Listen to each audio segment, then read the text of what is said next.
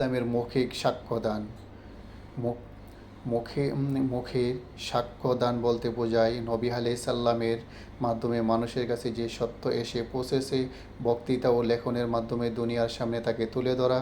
মানুষকে বোঝাবার ও তাদের মর্মে প্রবেশ করানোর সম্ভাব্য সকল পন্থা অবলম্বন করে দাওয়াত ও তাবলীগ এবং প্রচার প্রোপাগান্ডার সম্ভাব্য সকল উপায় উপকরণ ব্যবহার করে ও আধুনিক জ্ঞান ও বিজ্ঞানের উদ্ভাসিত সমস্ত যন্ত্রপাতি আয়ত্তে এনে আল্লাহর মনোনীত দিনের সাথে দুনিয়ার মানুষের পরিচয় করিয়ে দেয়া।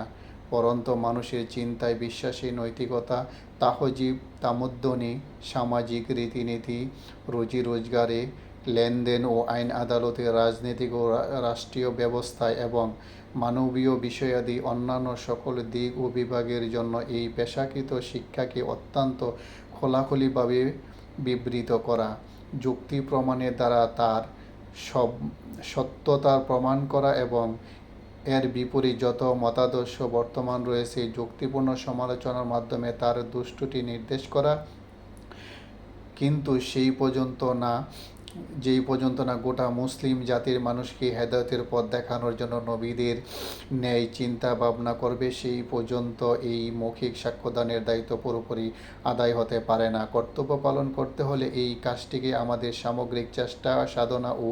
জাতীয় কর্মচাঞ্চল্যের কেন্দ্রীয় লক্ষ্যে পরিণত করতে হবে এবং সকল কাজেই এই উদ্যোগের প্রতি লক্ষ্য রাখতে হবে। পরন্তু আমাদের মধ্যে সত্যের বিপরীত সাক্ষ্য দানকারী কোনো আওয়াজকেই বরদাস্ত করার জন্য প্রস্তুত